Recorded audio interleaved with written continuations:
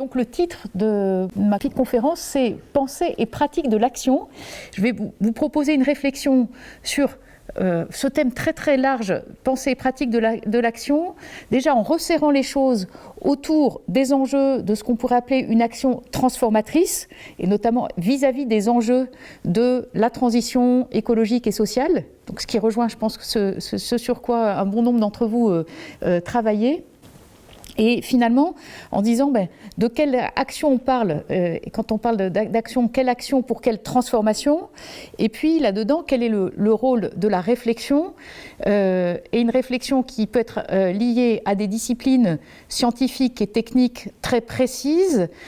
qui ont un rôle à jouer. Et puis, il y a cette perspective plus large de la réflexion au sens aussi d'une dynamique réflexive sur les actions que nous menons, y compris des actions de recherche, etc.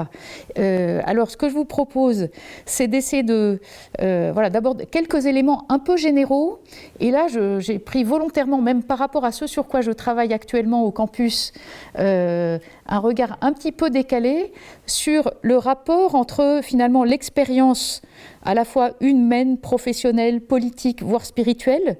la manière dont l'expérience, sur toutes ses facettes, façonne et nourrit nos itinéraires intellectuels,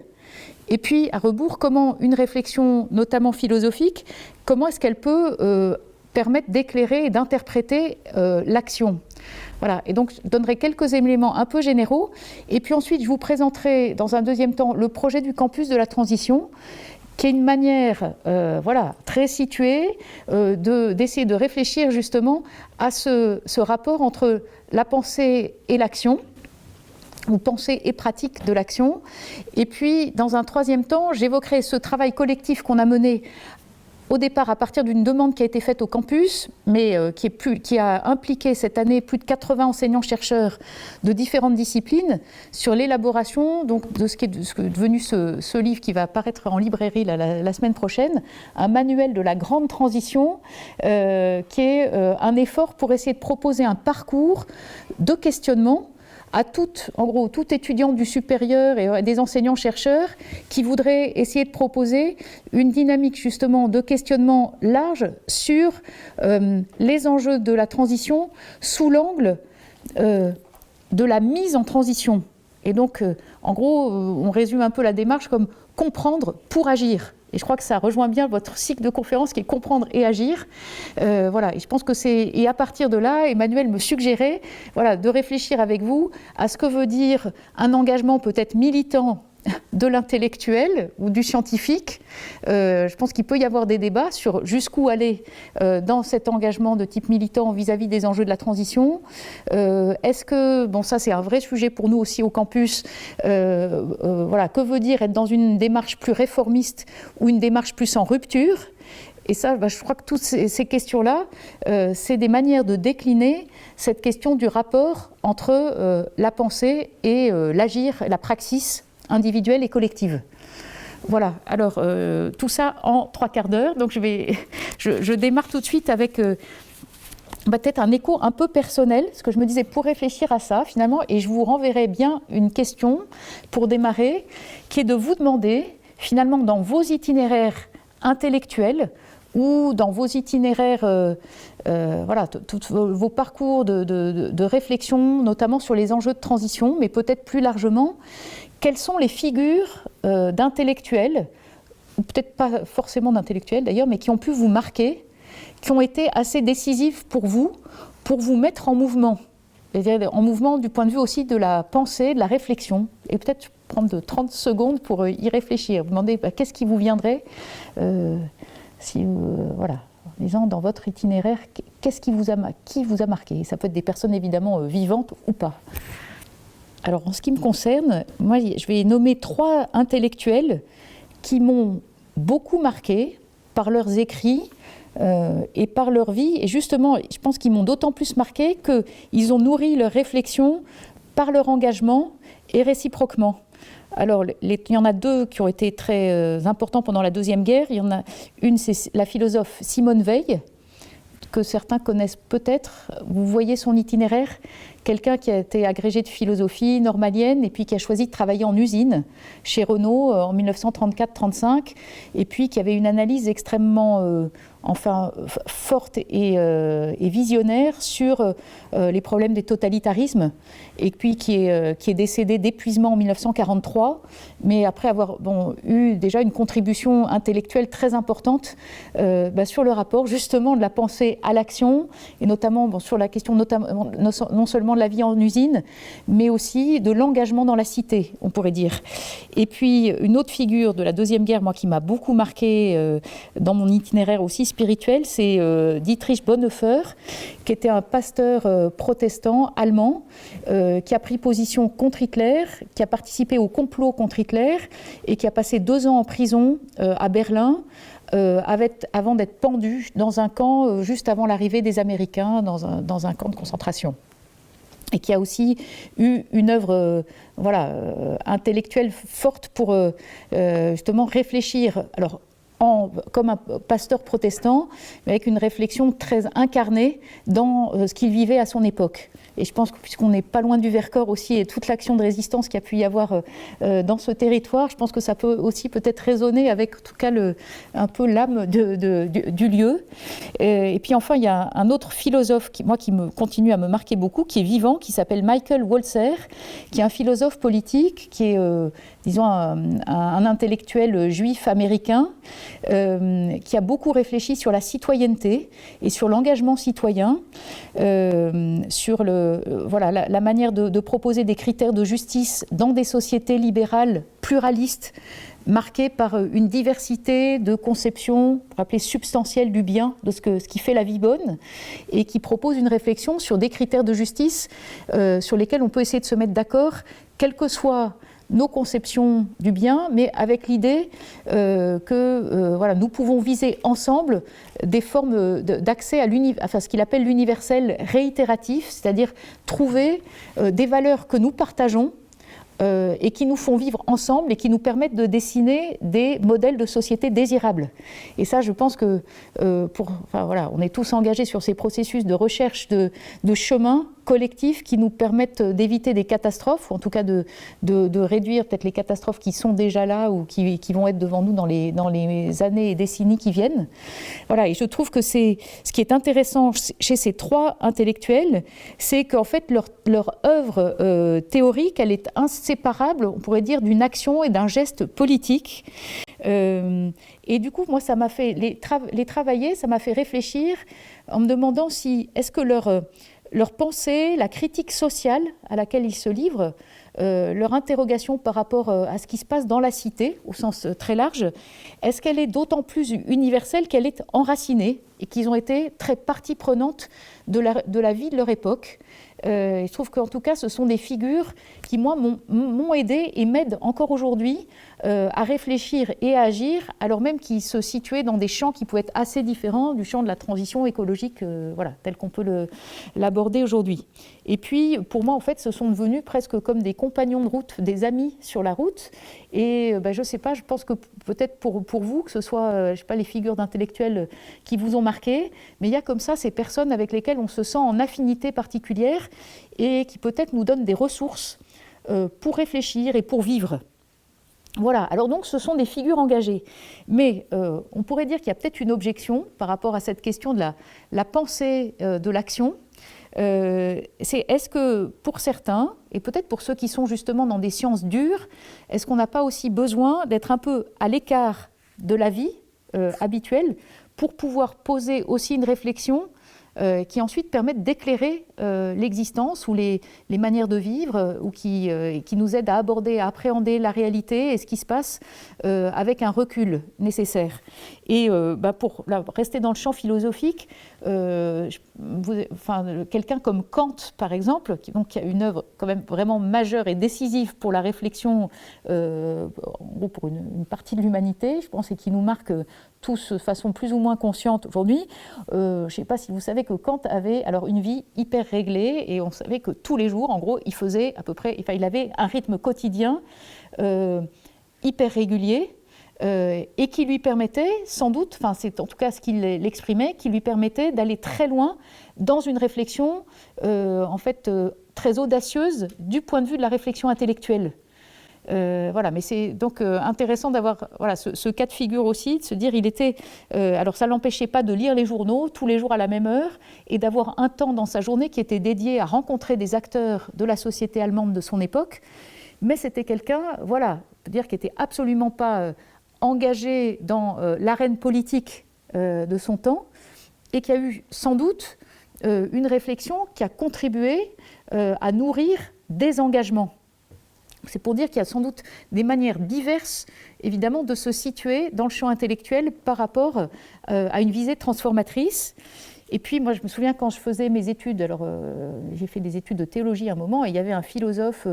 qui me disait qu'au fond, il fallait un certain égoïsme pour être chercheur, au sens où il fallait être capable... alors je ne sais pas si c'est le terme d'égoïsme qui convient le mieux, mais en tout cas, ce qu'il voulait souligner, c'est que pour se livrer à une œuvre avec une certaine austérité du travail de la recherche, peut-être que ça parle à un certain nombre d'entre vous, mais il fallait aussi pouvoir dégager du temps et justement pouvoir consacrer un temps à la recherche intellectuelle qui soit du coup pas dédié à un engagement forcément très pratique et très immédiat. Donc ça, je pense que c'est aussi des arbitrages que, comme chercheurs, en tout cas pour ceux qui sont chercheurs dans la salle, on est obligé de faire, de se dire quel est l'équilibre entre peut-être un engagement associatif, citoyen, militant, justement, et un engagement académique, scientifique, qui est peut-être plus en retrait. Voilà. Et puis après, on peut se dire que pour certains, moi j'avais été quand même très frappée quand j'étais allée, j'avais eu une bourse de recherche qui me permettait, j'avais fait un séjour à Princeton dans l'université,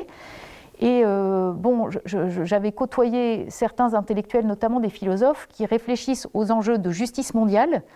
Et moi, il trouve qu'un de mes champs de recherche, ça a été les questions des effets de l'activité des multinationales sur le développement local dans des territoires de pays du Sud. Et quand même, moi, je revenais de terrain en Afrique subsaharienne auprès de villages impactés par l'activité pétrolière au Nigeria. Et je voyais des gens qui réfléchissaient à la justice mondiale, je ne sais pas sur ceux qui connaissent le campus de Princeton, où c'est très très préservé et à l'écart de problèmes sociaux, en fait, même qui peuvent être des problèmes sociaux aux États-Unis. Et je me disais quand même, il y a toujours un risque, quand on est un peu dans sa bulle de chercheur, d'avoir une réflexion qui est peut-être pas suffisamment nourrie aussi d'une expérience de terrain. En tout cas, puis ça dépend peut-être des disciplines, mais je pense qu'il y a un vrai sujet qui est quand même ce décalage qui peut exister entre une réflexion qui serait un peu dans la tour d'Ivoire et le lien avec ce qui se vit concrètement pour des hommes et des femmes à travers la planète entière et qui sont déjà victimes des conséquences du réchauffement climatique, pour prendre juste un exemple. Et donc, en fait, il me semble que quand on réfléchit à ce rapport justement entre pensée et pratique de l'action, peut-être deux axes. Un qui serait de se demander quelles sont les conditions concrètes de la production de la théorie et de la réflexion. Donc, je pense que tout chercheur, il vit toujours dans un certain contexte qui marque sa recherche et peut-être des choix. Enfin, en tout cas, moi, ça m'intéresserait aussi de vous entendre là-dessus. Et puis, ensuite, c'est aussi les conséquences de la théorie, de la réflexion pour l'agir. Et du coup, je trouve que la notion d'expérience est une notion intéressante pour traiter ces questions. Je ne vais pas faire tout un exposé sur la notion d'expérience. Je prends l'expérience au sens un peu différent que ce qu'on peut mettre sous le terme d'expérience au sens de l'expérimentation, d'un point de vue plus scientifique, marqué par des procédures, un protocole, etc. Là, je pense à l'expérience davantage comme ce qui nourrit justement, ce qui peut nourrir la réflexion, permettre d'élaborer une pensée qui construit aussi petit à petit une identité ou un certain rapport au monde.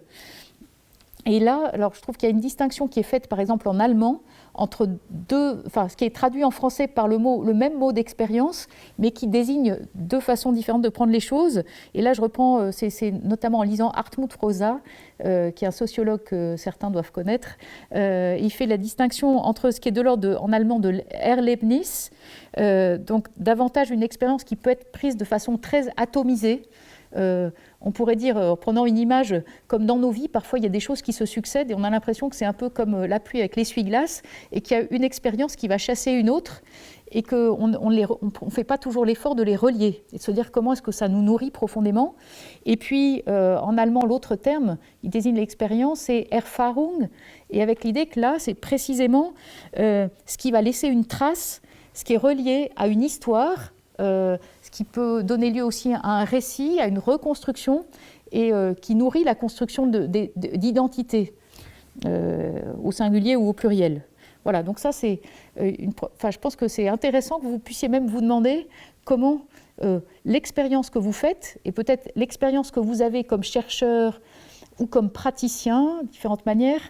elle vous nourrit, et elle nourrit aussi la manière dont plus largement vous regardez le monde dans lequel vous êtes. Et puis, il y a justement une façon de regarder comment aussi la théorie permet une certaine forme de pratique. Alors ça c'est sûr que c'est intéressant d'avoir ce questionnement, alors plus philosophique sans doute qu'en termes directement de sciences dures, mais se dire finalement comment même la manière dont vous relisez votre pratique de chercheur, comment est-ce qu'elle produit des effets et peut-être comment est-ce qu'elle oriente l'action que vous avez comme chercheur directement dans un champ spécifique, mais aussi de façon plus large. Et en travaillant sur les écrits de personnes comme Simone Weil, comme Bonhoeffer ou comme Walser, ce que je trouvais très intéressant, c'est d'essayer de regarder chez eux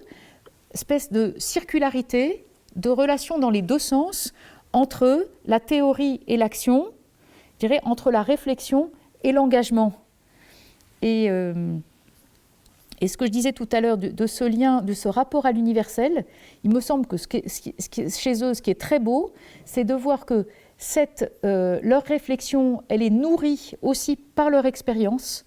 et elle les a aidés finalement à avoir une réflexion intellectuelle qui soit d'autant plus universelle précisément qu'elle a pu être enracinée dans un terreau particulier. Et que c'est par ce biais-là, par cet ancrage dans un contexte spécifique, qu'ils ont pu finalement s'ouvrir aussi à des dimensions universelles. Voilà, c'est un peu ce que j'avais envie de dire en préambule. Et du coup, peut-être pour nous rendre attentifs par rapport à cette question de la relation entre la pensée et l'agir, de se dire finalement nous sommes tous marqués par une éducation, par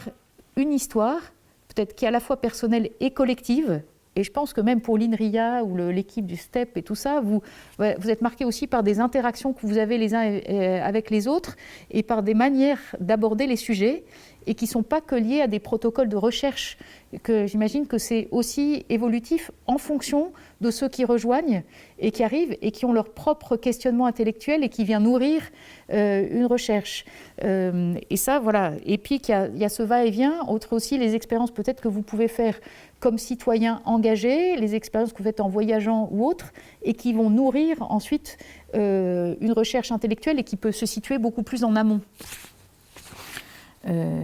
Voilà. Et donc, l'autre jour, je discutais, on a un séminaire de doctorants et post-doc, là, un peu lié au campus. Et finalement, il y en a un qui posait la question de toujours cette méthodologie plus inductive ou déductive. Alors, ça vaut d'autant plus en sciences sociales et au croisement philo, économie, gestion,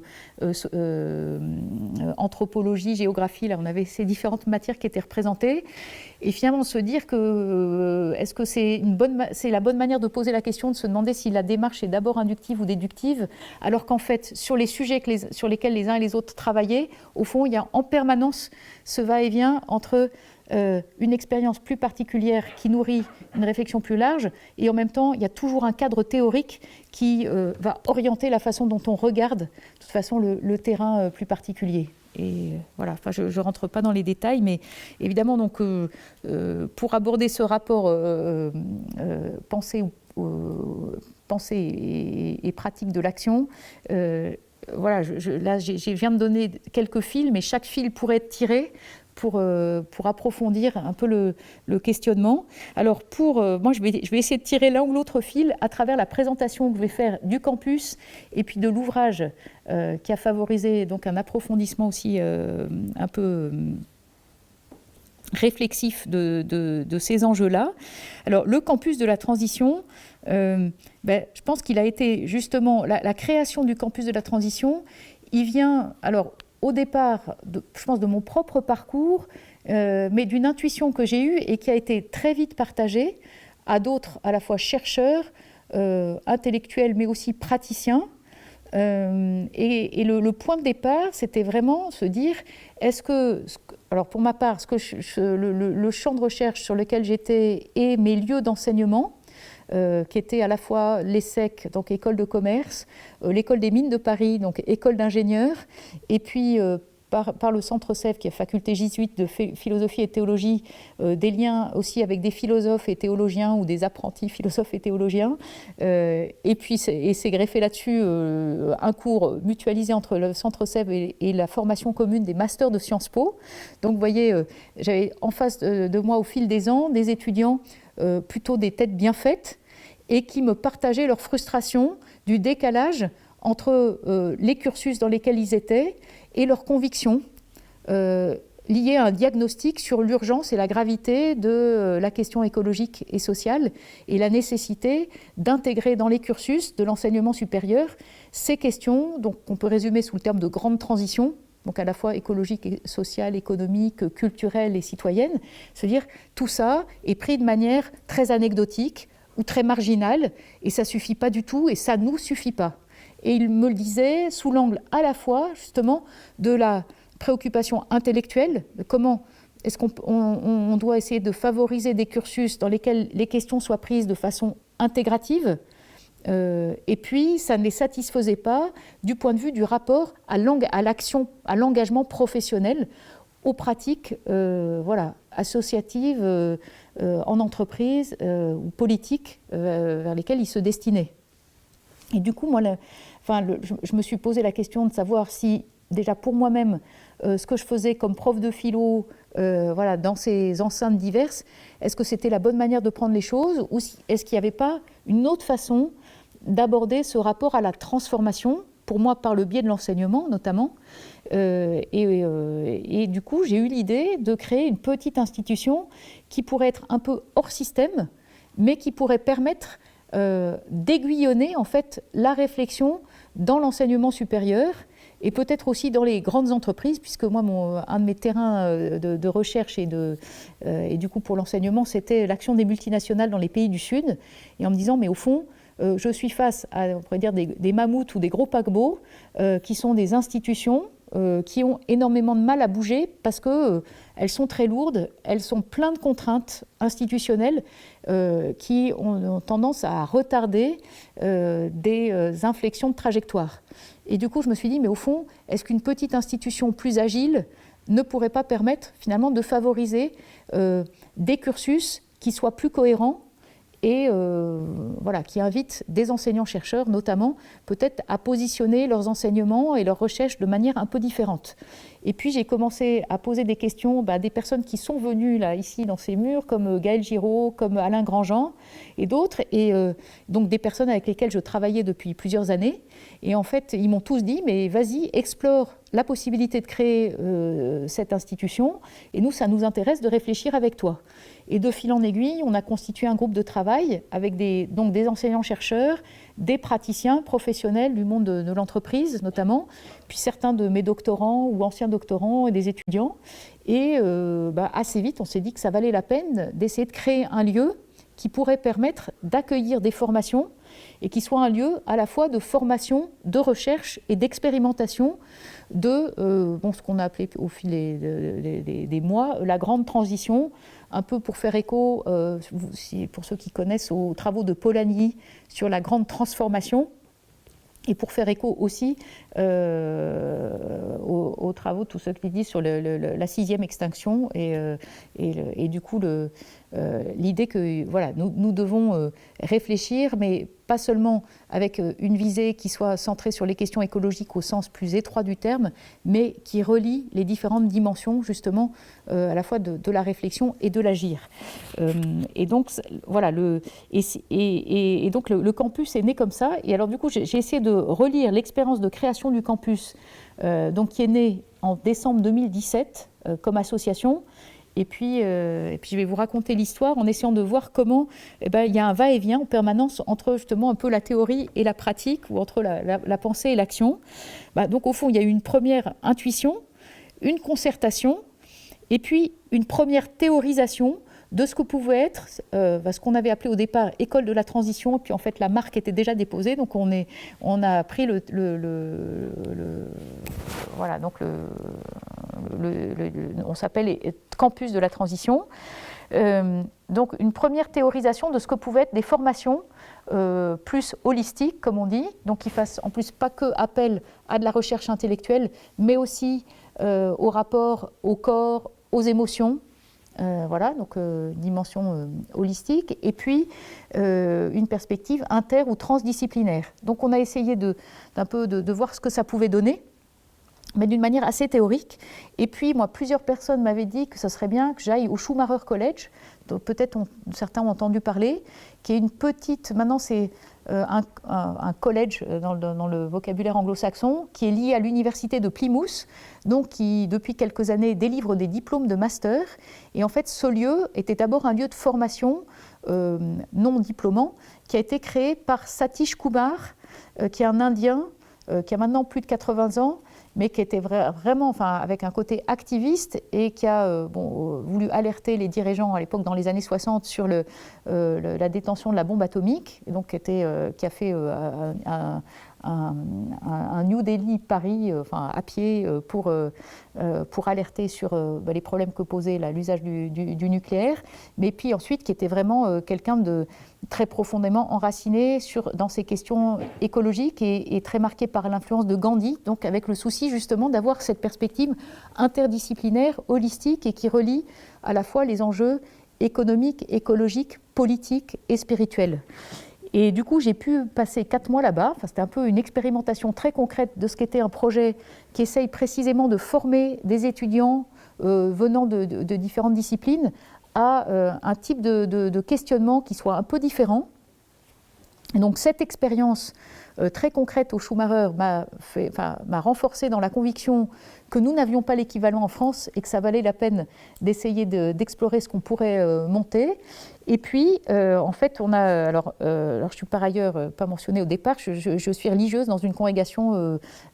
internationale qui travaille sur les enjeux d'éducation et de développement. Et en fait, il avait été fait don à ma congrégation en 1949 d'une propriété en Seine-et-Marne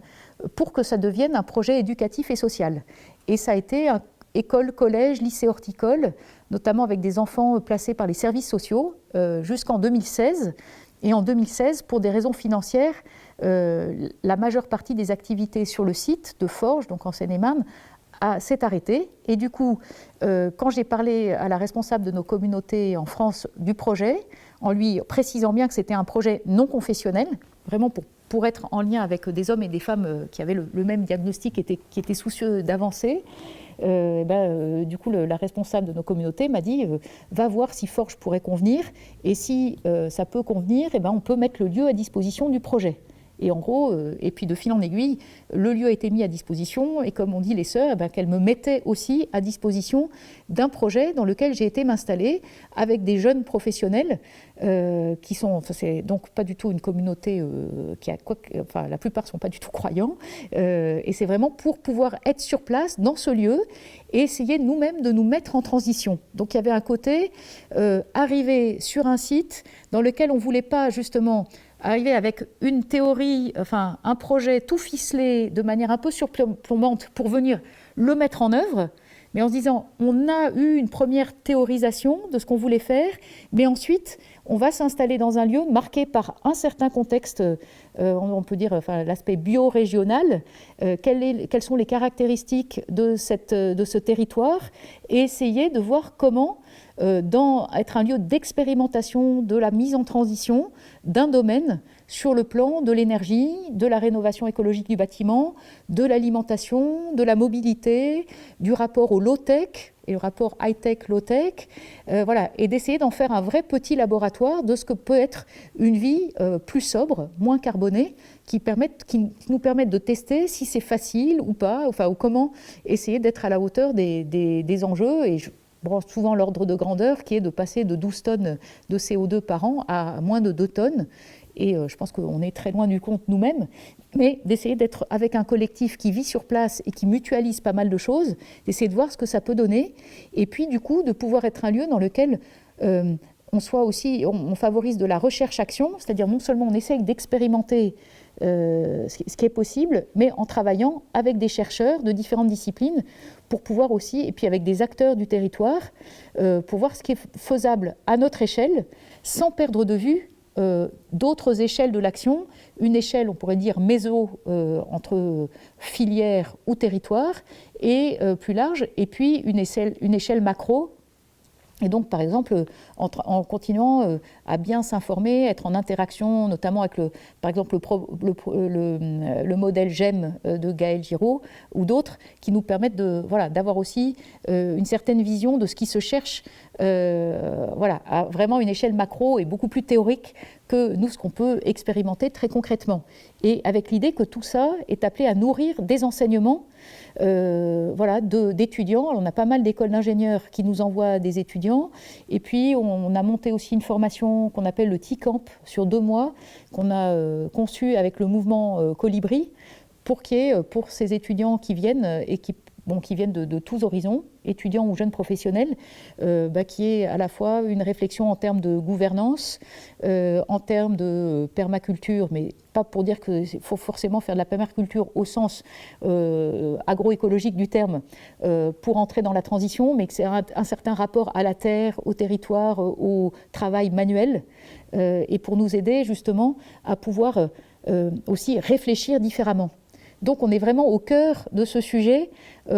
pensée et pratique de l'action, et de se dire que cette pratique de l'action, très concrète, cette expérimentation, elle nourrit aussi ensuite des réflexions qui sont soit liées très précisément à cette expérimentation locale, mais qui peuvent être aussi beaucoup plus théoriques. Donc je trouve que notre expérience du campus, elle est un bon cas d'école pour nous demander finalement comment s'opère ce va-et-vient entre la théorie et la pratique, et comment cette pratique très concrète, elle nous permet de revisiter certaines théories, du point de vue des sciences sociales bien évidemment, mais peut-être aussi du point de vue de la façon d'aborder les sciences de la nature, voire les sciences dures. Et ça, c'est un peu, moi, une question que j'aurais vis-à-vis de vous, c'est comment vous voyez justement ces aspects-là. Et notamment une dynamique qui soit vraiment inter- et transdisciplinaire. Et du coup, ça m'amène au 3e temps, qui est sur l'expérience qu'on a faite là depuis 1 an d'écriture de cet ouvrage, et puis aussi, on est dans le processus de fin d'écriture de 12 autres petits ouvrages. Alors j'explique comment est-ce qu'on a procédé. En fait, j'ai, grâce à Nicolas Hulot, que je connais parce que je fais partie du conseil scientifique de la FNH, quand il était ministre, j'avais été lui présenter le projet du campus naissant, et en gros, il m'avait dit que ce qu'il pouvait faire, c'était au moment idoine, me mettre en lien avec Frédérique Vidal, la ministre de l'Enseignement supérieur. Et du coup, j'ai attendu 1 an pour que, en gros, d'expérience sur le site de Forges, donc première expérience d'accueil d'étudiants pour des cours délocalisés. Là, on avait eu un cours d'étudiants de Centrale, un cours d'étudiants de l'ESSEC, la formation sur 2 mois du T-Camp. Et donc, j'ai été voir Frédérique Vidal et son directeur de cabinet en juin 2019 pour présenter le campus. Et en gros, le bon conseil qu'on m'avait donné, c'était de ne pas arriver avec une liste de demandes, mais plutôt de présenter l'exemple de ce campus naissant comme peut-être une ressource. Et ça, on avait eu une discussion très intéressante parce qu'on était au terme d'une année dans laquelle il y avait eu la mobilisation des étudiants, le manifeste pour un réveil écologique. Peut-être certains d'entre vous ont participé aux travaux du manifeste. Et du coup, nous, on était bien en lien avec eux et le ministère aussi. Et en gros, ils nous disaient, en fait, on voit bien la mobilisation étudiante. Il y a les travaux, par exemple, du Shift aussi, pour montrer que l'enseignement sur les questions du climat et énergie, là, dans les grandes écoles et les universités, c'est tout à fait insuffisant. Et en fait, il se disait, mais là, vous, campus, nous disait-il, vous représentez un bon écosystème d'enseignants-chercheurs, en fait, qui ont des postes dans des universités variées, dans des écoles. Et au fond, l'écosystème que vous formez en étant hors système, il peut peut-être jouer un rôle précieux pour contribuer à former ce qu'ils appelaient des têtes de pont, c'est-à-dire des étudiants ou des équipes de direction d'université ou autres qui soient le plus possible engagés et de façon vraiment approfondie sur ces questions de transition. Et de Oui. Oui, bien sûr. Ouais. Et de fil en aiguille, en fait, on nous a demandé de piloter l'écriture d'un livre blanc sur l'enseignement supérieur à l'heure de la transition écologique et sociale. Et alors, on a réfléchi au départ avec une douzaine d'enseignants-chercheurs de différentes disciplines et un peu en dialogue avec l'un ou l'autre étudiant du mouvement pour un réveil écologique et l'un ou l'autre praticien aussi, personne en entreprise qui voit aussi les enjeux de transformation des modèles économiques là, et des manières de faire. Et puis, on s'est dit qu'on allait avoir deux parties dans le livre blanc. Une première partie qui est essayer de pouvoir développer un socle commun de connaissances et compétences auxquelles tout étudiant du supérieur devrait pouvoir avoir accès pour être dans une dynamique justement d'engagement. Et donc c'était avec bien ce double objectif de comprendre pour agir ou former pour transformer. Donc voilà, et avec une perspective donc très inter- et transdisciplinaire. Donc c'est le livre dont je vais un tout petit peu plus parler ensuite. Et puis on a monté 12 groupes de travail qui correspondaient davantage à des ensembles de disciplines, en se disant, mais en même temps, il faut aussi regarder de plus près, pour moi qui enseigne par exemple en école d'ingénieur et de commerce, comment essayer de transformer les cursus justement en école d'ingénieur ou école de commerce. Comment on fait ? Quels sont peut-être des incontournables ou des choses qui semblent décisives pour pouvoir former des ingénieurs qui aient vraiment une vision des enjeux de la transition. Pour donner juste un exemple, moi je donne un cours depuis donc 12 ans à l'École des Mines de Paris, en 3e année, aux étudiants qui le veulent. Il y a 2 ans, j'étais sidérée dans une discussion avec une étudiante de voir qu'elle n'avait jamais entendu parler des travaux de Philippe Biwix, par exemple, sur la raréfaction des minerais, à l'École des Mines de Paris, qu'ils n'avaient eu aucun cours là-dessus. Donc c'est juste pour dire les aberrations quand même de cursus d'étudiants qui devraient avoir des éléments de compréhension de ce qui se joue aujourd'hui et qui n'ont pas accès à ces éléments. Bon, alors, c'était quand même totalement sidérant. Je pense que là, dans la révision des cursus et du cursus de l'école des mines, là, je pense qu'en première année, maintenant, dans le tronc commun, il y a vraiment ce genre d'éléments qui vont être présentés. Mais c'est juste pour dire qu'on est quand même... il y a vraiment la marche à franchir, elle est quand même assez haute. Et donc, on s'est dit qu'il fallait décliner ça et on va donc publier successivement des petits ouvrages liés à ces travaux de groupe. Et on avait 2 groupes plus transversaux, un sur les questions de pédagogie et un sur les questions de vie des campus, la vie des campus au sens aussi très concret du terme. Comment ça se passe en termes de normes écologiques, bâtiments, mobilité, logement, alimentation, etc. Et le lien au territoire pour les campus universitaires. Et puis on a donc des chapitres, un sur sciences de l'ingénieur, sciences du vivant, sciences du climat, économie, finance, gestion, littérature, langue et art, etc., architecture, urbanisme, avec l'idée que chacun de ces petits ouvrages essaye en même temps d'être dans une perspective interdisciplinaire. Qu'il ne s'agit pas de se dire, ce n'est pas pour recloisonner, mais c'est pour essayer de regarder un peu plus précisément comment il y a des enjeux d'intégration dans des cursus plus spécifiques de ces questions transversales de la transition.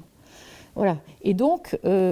finalement, dans ce projet, et là je voudrais dire juste quelque chose du type de questionnement qu'on propose dans ce livre, donc l'éditeur, qui est Les Liens qui libèrent, nous a dit que le titre qu'on voulait donner au départ, c'était « Former pour transformer ». Il nous a dit « mais ça, en librairie, personne ne comprendra de quoi il s'agit ». Et donc, c'est lui qui a proposé le titre un peu pompeux, je trouve, de « Manuel de la grande transition ». Donc c'est pour ça que, on essaye d'expliquer pourquoi on parle de grande transition. Et en fait...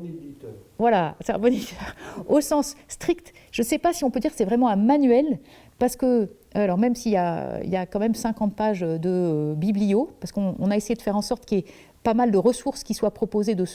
en termes bibliographiques, mais on a surtout essayé de proposer, enfin il y a des contenus, mais c'est surtout la dynamique de questionnement qui me semble intéressante et qui, là encore, rejoint bien cette question du rapport de la pensée et pour agir, enfin, ou comprendre pour agir. C'est qu'on a proposé enfin, on s'est un peu amusé avec 6 termes grecs, mais qui sont en fait qu'on a appelé 6 portes ou 6 terrains de questionnement qui permettent de regarder des réalités liées à la transition sous différents angles.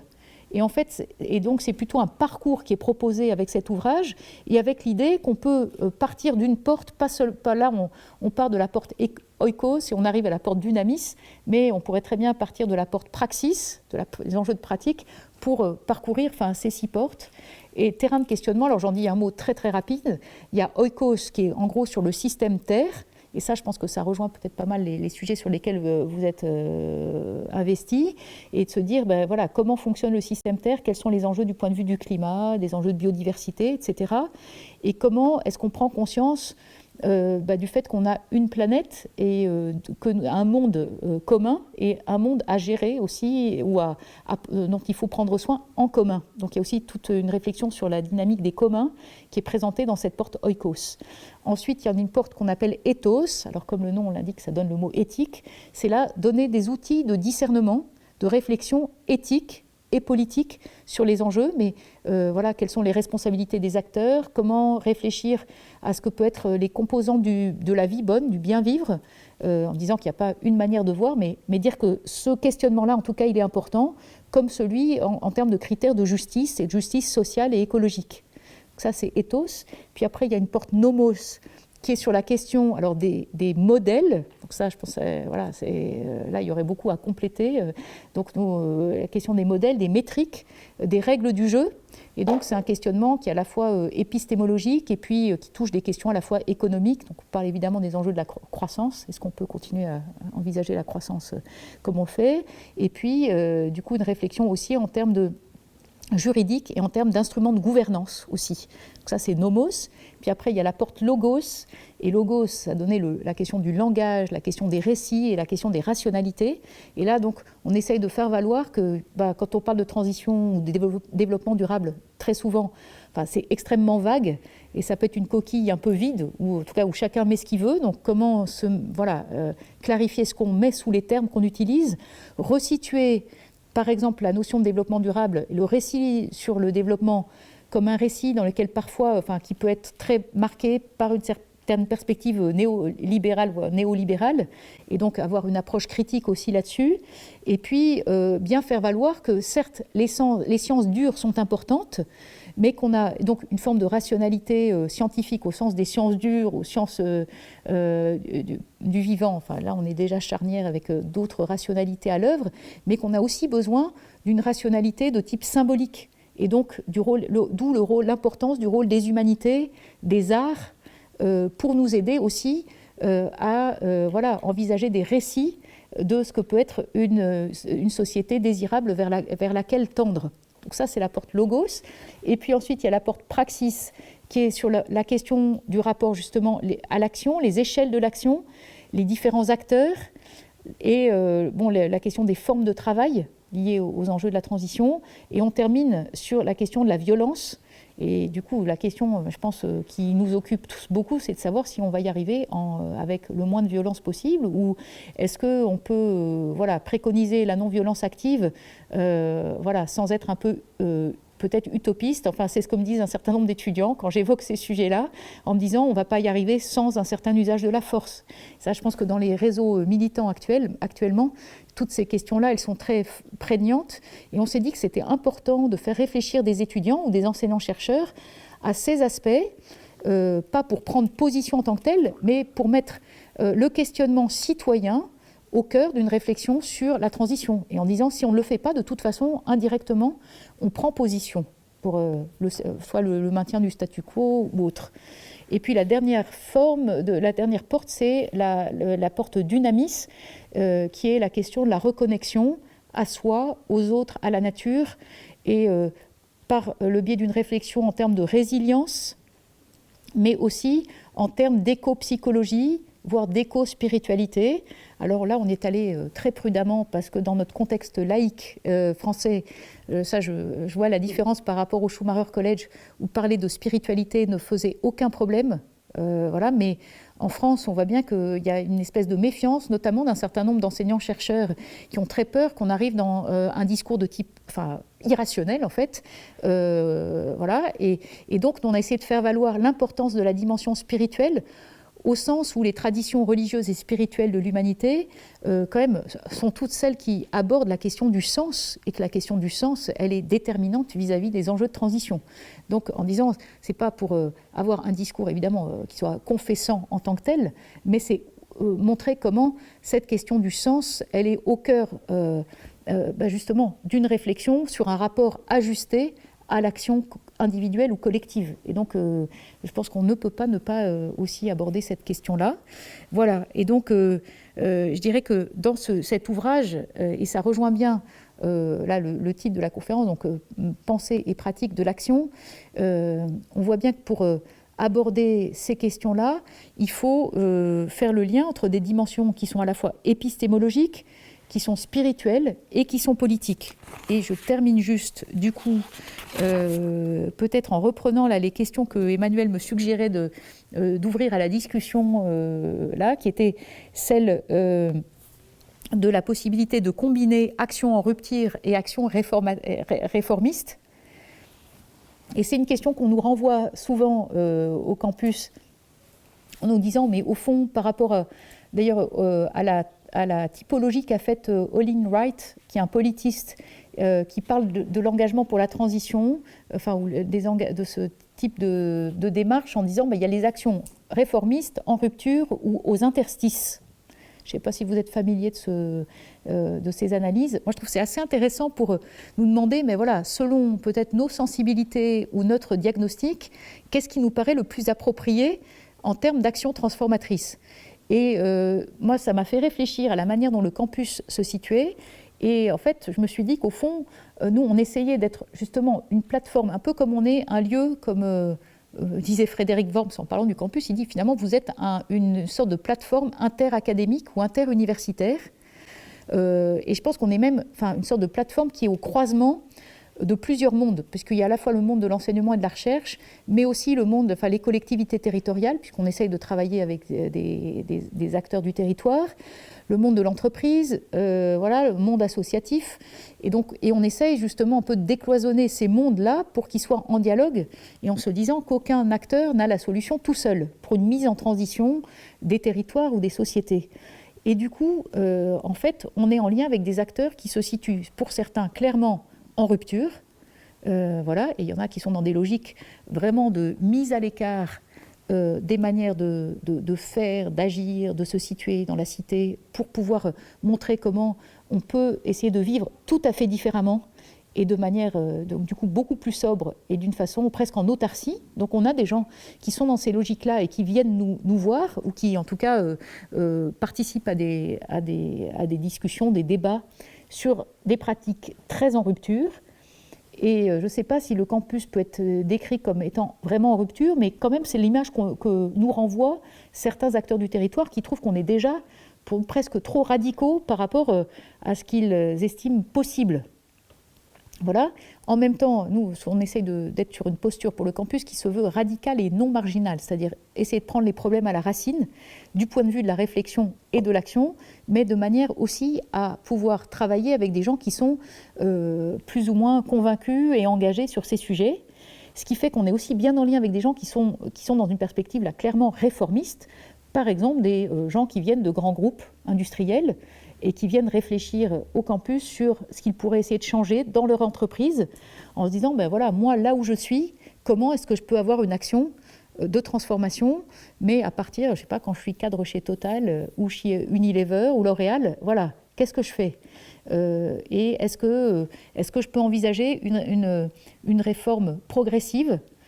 pour pouvoir arriver à subvertir vraiment profondément la manière de concevoir le cœur de métier. Par exemple, je pense pour les industries de grande consommation, c'est un vrai sujet. En fait,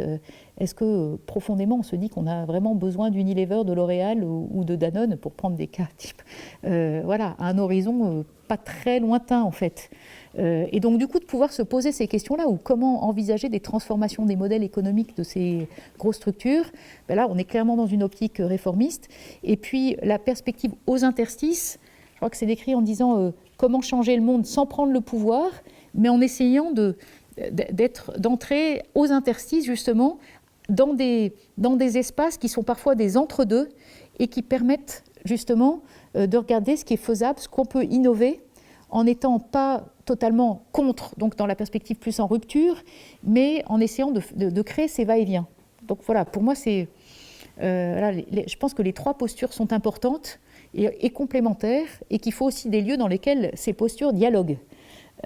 Voilà. Et puis l'autre question que posait, mais je serais très contente qu'on puisse avoir un échange là-dessus. Et puis l'autre question qu'Emmanuel posait en disant que ça avait été peut-être source de débat assez vif à l'INRIA, c'était cette question du lien possible entre engagement académique et engagement militant. Alors moi, j'ai juste mis quelques idées, mais aussi à partir de ce que moi j'expérimente ou ce que j'ai vu, je me dis qu'il y a un vrai sujet qui est le souci de rigueur scientifique, certaines formes d'objectivité au sens par rapport à des approches très subjectives, au sens négatif que ça pourrait avoir dans un certain contexte, voilà, notamment vis-à-vis de sciences dures, avec le souci aussi de dépasser des opinions, des préjugés, et de vraiment détailler ce que l'on dit par des arguments. Donc, voilà, donc toujours le risque d'avoir un engagement peut-être militant qui irait trop vite et qui ne prendrait pas justement le temps et la lenteur nécessaire de l'approfondissement qui souvent invite à être beaucoup plus nuancé peut-être, ou en tout cas à bien voir que les choses ne sont pas forcément si simples qu'elles peuvent être décrites par des raccourcis de la part de certains militants. Mais il y a une chose, alors moi je pourrais donner des exemples de ce que j'ai vu dans mes enquêtes de terrain, où j'avais eu des discussions avec certains de mes doctorants qui au départ étaient justement dans l'idée, notamment en sociologie et tout ça, qu'il fallait neutralité axiologique du chercheur. Et je leur avais dit que, alors moi, c'est parce que ma matière c'est la philo, donc en philo en fait en fait c'est très naturel d'être dans une perspective qui soit plus normative, ou en tout cas qui soit très très sceptique à l'idée d'une prétendue neutralité axiologique du chercheur. C'est qu'au fond ça peut être précisément une manière de justifier le statu quo, ou voire de prendre position du côté des plus forts, d'être là pour étudier ce qui se passe, voilà. Alors qu'en fait le chercheur qui arrive, là si je prends mes recherches au Nigeria ou autre, le fait même qu'il arrive pour regarder dans les villages ce qui se passe et interroger des gens, eh ben, j'étais pas là, Cécile Renoir, qui est là comme complètement neutre entre les uns et les autres. Les gens en fait me parlaient parce qu'ils savaient que ce que j'allais faire, c'était essayer aussi de réfléchir en termes de justice sociale et écologique, et de pouvoir faire remonter des informations sur ce qui était vécu par les populations auprès de ceux qui avaient peut-être des marges de manœuvre pour transformer les choses. Et que moi, très clairement, je leur disais que c'était ça mon objectif. Et je pense que c'était ça juste qui m'a évité de me faire kidnapper et d'être dans l'incapacité de pouvoir aller sur place, avoir des interactions avec ces personnes, et pour pouvoir ensuite essayer de sensibiliser les gens chez Total, comme voilà, des étudiants dans les lieux d'enseignement que j'avais, à ces sujets. Et du coup, je trouve que voilà, c'est une vraie question de savoir comment cette idée de neutralité, je pense qu'elle est à certains moments pas du tout tenable. Et puis, je pense que les théories scientifiques et les découvertes sont le fruit de choix en amont. On sait bien dans le domaine de la médecine qu'on a beaucoup travaillé pour traiter certaines maladies, et on a investi beaucoup moins d'argent et d'efforts et de recherche sur d'autres. Donc c'est aussi tout le lien entre les choix qui sont faits en termes de recherche et les financements et les sources de financement. Bon, il y a donc toutes ces conséquences-là. Puis le fait que les constats scientifiques, et ça je pense que sur les enjeux de transition c'est particulièrement vrai, les constats scientifiques ont des conséquences politiques. Et là je pense notamment à la tribune signée par un certain nombre de chercheurs sur sciences du climat il y a quelques mois dans le Monde, pour appeler à la désobéissance civile. Alors là, moi j'ai eu un peu une discussion avec Jean Jouzel là-dessus, parce que Jean Jouzel, je crois qu'il n'est pas absolument persuadé que ça soit décisif, que justement les scientifiques s'engagent dans l'arène politique. Alors, moi je trouve très, très intéressant qu'on ait cette discussion-là, parce que en même temps je me dis, si les scientifiques en tout cas ne font pas valoir les conséquences de choix politiques qui sont faits ou pas, pour l'avenir, enfin la question du climat, de la biodiversité, etc., ben, je pense qu'on manque d'un certain nombre d'éléments pour pouvoir comprendre ce qui est en jeu. Voilà. Et donc après, évidemment, il faut qu'il y ait des politiques en tant que telles qui reprennent ces constats scientifiques pour proposer un certain nombre d'actions soumises au débat public, idéalement. Mais je trouve que la question de la responsabilité finalement politique du scientifique, elle se pose comme ce sur quoi moi je travaille davantage, qui est la question de la responsabilité politique des dirigeants dans le monde économique. Et pas au sens de la politique politicienne, mais vraiment au sens des questions relatives à la vie de la cité. Voilà, peut-être m'arrêter là, et puis après, peut-être pour terminer, j'aurai une belle citation de Simone Veil, mais ce sera peut-être pour la toute fin. Voilà. Mm.